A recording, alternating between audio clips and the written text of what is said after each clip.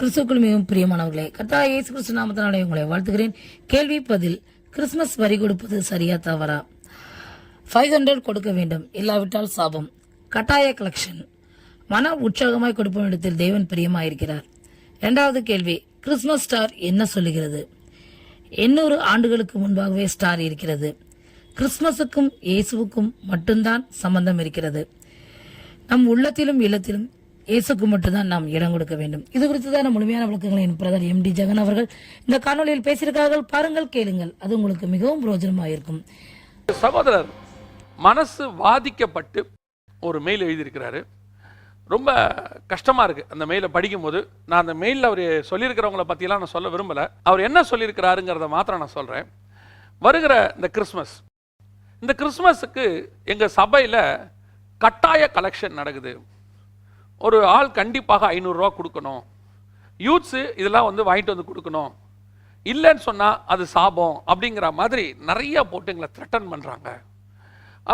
அவர் வாயிலேருந்து வரதெல்லாம் கொஞ்சம் ரூடான வேர்ட்ஸாகவே இருக்குது. நாங்கள் அந்த சபையை சுற்றி தான் நாங்கள் எல்லாம் இருக்கிறோம். 20 வருஷத்துக்கு மேலே அந்த சர்ச்சுக்கு போகிறோம். அந்த போதகர் எங்ககிட்ட இப்படி தான் நடந்துக்கிறாரு, நாங்கள் என்ன செய்யறது அப்படின்னு கேட்குறாங்க. நான் போதகரையோ சபையோ குறை சொல்ல விரும்பவில்லை. ஆனால் எந்த காலகட்டத்திலும் சரி, பணம் பேஸ் பண்ணி பணத்தை அடிப்படையாய் கொண்டு விசுவாசிகளை கிரஷ் பண்ணுவது ஒரு தேவையில்லாத காரியம். அது தேவனுக்கு பிரியமில்லாத காரியமும் கூட. ஒரு ஆஃபரிங்காக இருக்கட்டும், தசமாக இருக்கட்டும், காணிக்கையாக இருக்கட்டும், வேற எது வேணா இருக்கட்டும், அவர்களாக உற்சாகமாக கொடுத்தா சரி. சில சபைகளுக்கு போகும்போது ஊழியக்காரங்க என்கிட்ட என்ன சொல்லுவாங்கன்னா, கொஞ்சம் தசமாக காணிக்கை பற்றி பேசுங்க, இந்த ஜனங்க கொடுக்க மாட்டேங்கிறாங்க, அவங்களுக்கு கொஞ்சம் சொல்லுங்க, யாராவது வெளியேந்து வந்து சொன்னால் கேட்பாங்க அப்படின்னு. நான் என்ன சொல்லுவேன், நான் பேசி அவர்களுக்கு உணர்த்துவதை விட தேவனே அவர்களுக்கு உணர்த்தினாதான் நல்லது. ஏன்னா வசனத்தின்படி தேவன் எவர்களை ஏவினாரோ அவர்கள் கொடுக்குறாங்க. இப்போ நாங்கள் இந்த ஊழியங்களில் நாங்கள் யாரையுமே கேட்கல, ஆனால் தேவன் எவர்களை ஏவுறாரோ அவங்களா தராங்க. அவ்வளோதான், முடிஞ்சிருச்சு.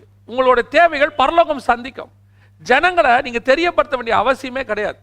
அப்படியே நீங்கள் ஏதோ ஒரு ப்ராஜெக்ட் ஆண்டவர் உங்களை பண்ண சொல்கிறாரு, ஒரு சபை கட்ட சொல்றாரு, ஏதோ ஒரு ஆண்டவர் சொல்றாருன்னு வச்சுக்கோங்க. ஒரு உதாரணத்துக்கு அதை ஒரு தடவை தெரியப்படுத்தினால் போதும். ஏன்னா பைபிள் படி மோசே ஆசாரிப்பு கூரை கட்டும் போது ஒரே ஒரு தடவை தெரியப்படுத்தினார். அப்படி தெரியப்படுத்தின மோசே கடைசியில் போதும்னு சொன்னார். நாம தெரிய மட்டும் தான் படுத்துறோம், போதும்னு சொல்றதை எப்போ சொல்ல போறோம்னு தெரியல. ஜனங்கள் இதெல்லாம் பார்த்துக்கிட்டே இருக்கிறாங்க. நான் விசுவாசிகளுக்கும் சொல்றேன், எந்த ஒரு ஊழியனும், நான் பாஸ்டர்னு மட்டும் சொல்ல, அது எவாஞ்சலிஸ்டா இருக்கட்டும், மெய்ப்பனாக இருக்கட்டும், அல்லது தீர்க்கதரிசியாக இருக்கட்டும், காசு கேட்கிற எவனும் தேவனுடைய ஊழியக்காரன் அல்ல. தேவன் அப்படி அவர்களை படைக்கவில்லை. அவர்கள் எல்லாருக்கும் மேலான ஊழியர்கள். அவர்களை கர்த்தர் போஷிக்கிறார், உங்களுக்கு கொடுக்க வச்சிருக்கிறார். நீங்க கொடுத்தா உங்களுக்கு ஆசீர்வாதம், அதுல எந்த மாற்று கருத்தும் இல்லை. அது நீங்களே உற்சாகமாக கொடுக்கணும். மற்றபடி இந்த மாதிரி ஃபோர்ஸ் பண்ணி கொடுத்தாதான் உனக்கு ஆட்சி இல்லை சாபம் அப்படி சொல்ற ஊழியர்களுக்கு சொல்றேன், அவர்கள் தேவனிடத்திலிருந்து வந்தவர்களாக இருக்க வாய்ப்பில்லை. ஒருவேளை வந்திருந்தாலும் அவர்கள் வழி விலகி போயிட்டாங்க அப்படின்னு தான் அர்த்தம். நீங்கள் அப்படிப்பட்டவருடைய சாபத்திற்கு பயப்பட வேண்டிய அவசியமும் கிடையாது. அதனால ஒரு பிரயோஜனமும் இல்லை. நாம கடைசி அவங்க கேட்ட கேள்வி எதுலேருந்து கேட்டிருக்கிறாங்கன்னா, இன்னைக்கு விசேஷமா இன்னைக்கு என்னன்னா, ஒரு கிறிஸ்மஸ் ஸ்டார் அப்படின்னு ஒன்று வருது. 800 ஆண்டுகளுக்கு ஒரு தடவை வருது. இந்த கிறிஸ்மஸ் ஸ்டாரை பற்றி சொல்லுங்க. அதோட கூட நம்ம வீட்லேயும் ஸ்டார் கட்டுறோமே, இந்த ஸ்டாரை பற்றியும் சொல்லுங்க, இந்த கிறிஸ்மஸ் ஸ்டார் அப்படின்னு சொல்றாங்க. இந்த இன்னைக்கு வரக்கூடிய இந்த 800 ஆண்டுகளுக்கு முன்னாடி வரக்கூடியது இது ஸ்டார் அல்ல. 2 கிரகங்கள் ஒன்றை ஒன்று அலைன்மெண்ட்ல கிராஸ் ஆகுது. அது வேற டிஸ்டன்ஸ்ல இருக்கு, இது வேற டிஸ்டன்ஸ் இருக்கு. ரெண்டுத்துக்கு நடுவில் மில்லியன் மைல்ஸ் இருக்குன்னு வச்சுக்கோங்களேன். அதுக்கு இதுக்கு சம்மந்தமே இல்லை. அது எங்கேயோ சுத்துது, இது எங்கேயோ சுத்துது. நம்ம பார்வைக்கு ரெண்டும் இப்படி கிராஸ் பண்ணும்போது அதனுடைய வெளிச்சமும் இதனுடைய வெளிச்சமும் ஒன்னா அப்படி சேரும்போது நம்ம கண்ணுக்கு அது ஸ்டார் மாதிரி தெரியுது. இப்போ ஒரே சூரியன் காலையில ஒரு கலர்ல நமக்கு தெரியும், மத்தியானம் ஒரு கலர்ல தெரியும், சாயங்காலம் ஒரு கலர்ல தெரியும், நைட்ல தெரியவே தெரியாது. ஸோ சூரியன் என்ன கலர் அப்படின்னு கேட்டால் நம்ம ஒரு முடிவுக்கு வர முடியாது. நம்ம பார்க்கிற பார்வை இந்த அட்மாஸ்பியர்ல இருக்கக்கூடிய காத்து துகள்கள் இதனுடைய அடிப்படையில் தான் நமக்கு சூரியன் தெரியுது.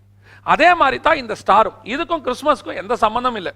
இந்த ஸ்டார் 800 ஆண்டுகளுக்கு ஒரு முறை வருதுன்னு சொல்றாங்க. இருக்கட்டும், இயேசு கிறிஸ்து பிறந்து, அதாவது கிறிஸ்மஸ் நாம சொல்லக்கூடியதான இதே ஒரு 2000 வருஷம் தான். அதுக்கு முன்னாடி வந்திருக்குமே இதே மாதிரி. அப்பெல்லாம் இது என்ன ஸ்டார்னு சொல்லியிருப்பாங்க? இயேசு பிறக்கிறதுக்கு முன்னாடி இதே மாதிரி 800 ஆண்டுகளுக்கு முன்னாடி வந்துகிட்டே இருந்திருக்கும். உலகம் உண்டாக்கி 6000 வருஷம் ஆகுது. நம்ம இயேசுநாதர் மாம்சத்தில் வந்தது 2000 வருஷம் தானே. அதுக்கு முன்னாடி 4000 வருஷமா இதே மாதிரி அலைன்மெண்ட்ல வந்திருக்குமே 800 ஆண்டுகளுக்கு ஒரு முறை. அப்ப வரும்போதெல்லாம் 5 தடவை வந்திருக்கோம்னு வச்சுக்கோங்களேன். ஆதாம் காலத்துல இருந்து இயேசு காலம் வரைக்கும் இந்த 5 தடவை அது என்ன ஸ்டார்னு சொல்லியிருப்பாங்க? கிறிஸ்மஸ் ஸ்டார்னு சொல்லியிருப்பாங்க. அது நம்ம கிறிஸ்மஸ் டயத்தில் அந்த டிசம்பர் மாசத்துல வர்றதுனால அது கிறிஸ்மஸ் ஸ்டார் என்று சொல்லப்படுகிறது. அவ்வளவுதான். வானத்துல ஒரு விஷயம் ஒன்று நமக்கு வினோதமா ஒன்று வருது, பார்க்கறதுக்கு அழகா இருக்கு, தட்ஸ் எனஃப். அதோட அதை நிறுத்திடணும். அதையும் கிறிஸ்மஸுக்கு கனெக்ட் பண்ணக்கூடாது. இப்படி கிறிஸ்மஸோட எல்லாத்தையும் கனெக்ட் பண்ணி தான் இந்த கிறிஸ்மஸுக்கு சம்பந்தமான இயேசுவை தவிர மிச்சம் எல்லாம் நம்ம வீட்டில் இருக்குது. இந்த ஸ்டாரை எடுத்துப்போமே, இன்னைக்கு நம்ம ஸ்டார்னு சொல்றாங்க. நான் அதை சொல்லிட்டு இந்த கேள்வி வசனத்தை முடிக்க விரும்புகிறேன். இந்த ஸ்டார் என்பது என்ன? இந்த ஸ்டார் என்பது இயேசு இருக்கிற இடத்திற்கு வழிகாட்டின ஒரு வழிகாட்டி, அவ்வளவுதான். அதுவும் என்ன வழிகாட்டின்னு கேட்டீங்கன்னா, இந்த ஸ்டாரை பத்தி என்ன சொல்றாங்க. நான் ஒரு புத்தகம் எழுதியிருந்தாரு, பெத்லகேமின் நட்சத்திரம்னு சொல்லி. அதில் ஆய்வு கட்டுரை.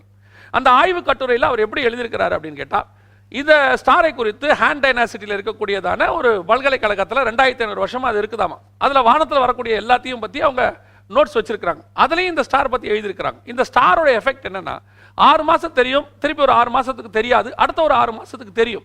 அது மறைந்து வரக்கூடியதான ஒரு விசேஷமான நட்சத்திரம். அப்போ சாஸ்திரிகள் முதல்ல அந்த நட்சத்திரத்தை பார்க்குறாங்க, அதை ஃபாலோ பண்ணிக்கிட்டு தான் வராங்க. அதுக்கப்புறம் வந்தவங்க அந்த நட்சத்திரத்தை பார்க்க முடியல, அது என்ன ஆச்சுன்னு தெரியல, மறைஞ்சிருச்சு. அதனால அவங்க என்ன நினச்சிக்கிட்டாங்க, ஏரோது அரண்மனையில் தான் அது இருக்கும்னு நினச்சிக்கிட்டு குழந்தை பிறந்தது ஏரோது நோக்கி போகிறாங்க. ஏன்னு சொன்னால் ராஜானா அங்கே தானே இருப்பார். அங்கே போன பிறகு அங்கே அவங்களுக்கு தெரியுது குழந்தை அங்கே பிறக்கலை அப்படின்னு சொல்லி. திருப்பி அவங்களுக்கு ஒரு 6 மாதம் கழிச்சு அந்த நட்சத்திரம் தெரியுது. அதுக்கப்புறம் அதை ஃபாலோ பண்ணிட்டு போகிறாங்க. அது பிள்ளையின் வீடு மட்டும் வந்து நின்றதுன்னு இருக்கு. ஸோ அவங்க அதுக்கப்புறம் அங்கே பிள்ளையை போய் பார்க்குறாங்க. இந்த இடைப்பட்ட காலம் எவ்வளோன்னு கேட்டிங்கன்னா, ஏரோது சாஸ்திரிகள் சொன்ன காலத்தின் கணக்கின்படி 1.5 வயதுக்கு உட்பட்ட பிள்ளைகளை அப்படின்னு இருக்கு. ஏறக்குறைய அந்த நட்சத்திரத்தை சாஸ்திரிகள் பார்த்து ஏரோது கிட்ட சொன்ன கணக்கு பார்த்தீங்கன்னா ஒரு 1.5 வருஷம் ஆயிடுச்சு. இயேசு அவங்க வந்து பிறந்த ஒரு வாரத்தில் வந்து பார்க்கல, 1.5 வருஷம் ஆயிடுச்சு. ஸோ அந்த நட்சத்திரம் வந்து மறைந்து திருப்பி தெரியக்கூடிய ஒரு விசேஷமான நட்சத்திரம். அவ்வளோதான் அந்த நட்சத்திரத்துடைய தன்மையை ஒழிய அந்த நட்சத்திரத்துக்கு நாம வீட்டில் கட்டுற ஸ்டாருக்கும் எந்த விதமான சம்பந்தம் இல்லை. நம்ம வீட்டில் ஏன் ஸ்டார் கட்டுறோம்? எங்கள் வீட்டில் இயேசு பிறந்திருக்கிறான்றதுக்காகவா? இயேசுநாதர் பிறந்து வளர்ந்து மரித்து உயிர்த்தெழுந்து அவர் போய் 2000 வருஷம் ஆகிப்போச்சு. இன்னும் இயேசுநாதர் பிறந்திருக்கிறாருங்கிறதுக்கு அடையாளமாக நம்ம கட்டுறோம். இயேசுநாதர் வீட்டில் பிறக்கல, இயேசுநாதர் உள்ளத்தில் பிறந்திருக்கிறார். அதான் ரொம்ப இம்பார்ட்டன்ட். இந்த ஸ்டாருங்கிறதான அடிப்படை இது எங்கேருந்து வந்துச்சு அப்படின்னு சொல்லி நீங்கள் கேட்டீங்கன்னு சொன்னால், இதுக்கு பின்னாடி வேறொரு விஷயம் இருக்கு. அதை சொன்னால் இவங்க எல்லாம் எப்படி எடுத்துப்பாங்கன்னு தெரியாது. அப்போஸ்தலர் நடபடிகள் 7ஆம் அதிகாரத்தில் ஸ்தேவான் இஸ்ரவேலுக்குள்ள இருந்தான ஒரு நட்சத்திர வழிபாடை பற்றி சொல்றார். மோலகின் கூடாரங்களையும் ரப்பான் என்னும் நட்சத்திர கடவுளையும் நீங்க வழிபட்டீங்க அப்படின்னு சொல்றாரு. அந்த நட்சத்திர கடவுள் தான் பின்னாட்களில் ஸ்டார் காடாக மாற்றப்பட்டு எல்லா இடங்களிலும் ஸ்டார் வைக்கப்பட்டது. இந்த ஸ்டார் பாருங்க எல்லா மதங்கள்லையும் இருக்கும். நம்ம கிறிஸ்தவத்தில் அது உச்சத்தில் இருக்குது. கொண்டாந்து இன்னைக்கு வீடு ஸ்டார் தொங்க விட்டாங்க. சரி, அதெல்லாம் இல்லைங்க, நாங்கள் இயேசு கிறிஸ்து பிறந்ததுக்காக மட்டும்தான் கட்டுறோம், எங்களுக்கும் ரப்பானுக்கும் ஒன்றுமே தெரியாது, ஜஸ்ட் அன் அடையாளம் அப்படின்னீங்கன்னா, நான் ஒரே ஒரு கேள்வி தான் கேட்குறேன். நீங்கள் இங்கேருந்து புறப்பட்டு ஒரு ஊருக்கு போகிறீங்க, வழியில் உங்களுக்கு வழி காட்டுறதுக்கு போர்டு இருக்குது பச்சை கலரில் ஹைவேஸில், அது திருச்சின்னு காட்டுது, அப்படி இல்லைன்னா வந்துட்டு மதுரைன்னு காட்டுது. எத்தனை பேர் நான் மதுரை போவதற்கு காரணமாக இந்த போர்டை நான் உன்னை வாழ்த்துகிறேன், இந்த போர்டு எங்கள் வீட்டில் இருந்தா நான் மதுரைக்கு போனேங்கிறதுக்கு ஒரு அடையாளம், அதனால அந்த போர்டை எடுத்துகிட்டு போய் வீட்டில் வச்சுக்கிறேன்னா ஒத்துப்பீங்களா? அது வழிகாட்டினதோட நிறுத்திடணும். அந்த போர்டை பார்த்தோமா போனோமான்னு விட்டுறணும். நட்சத்திரத்தை பார்த்தோமா இயேசுவை பார்த்தோமா, நம்ம இயேசுவை தான் வீட்டில் கொண்டு வைக்கணுமே ஒழிய நட்சத்திரத்தை வீட்டில் வைக்கக்கூடாது. இந்த பதில் உங்களுக்கு போதுமானதாக இருக்கும் என்று நான் கர்த்தருக்குள் நம்புகிறேன். கர்த்தருக்கு சித்தமானால் இன்னொரு கேள்வியும் வசனமும் பகுதியில் உங்களை சந்திக்கிறேன். God bless you. இதே போன்ற வேத வழக்கங்களை அறிந்து கொள்வதற்கு இந்த சேனலை தொடர்ந்து பாருங்கள், சப்ஸ்கிரைப் செய்து கொள்ளுங்கள்.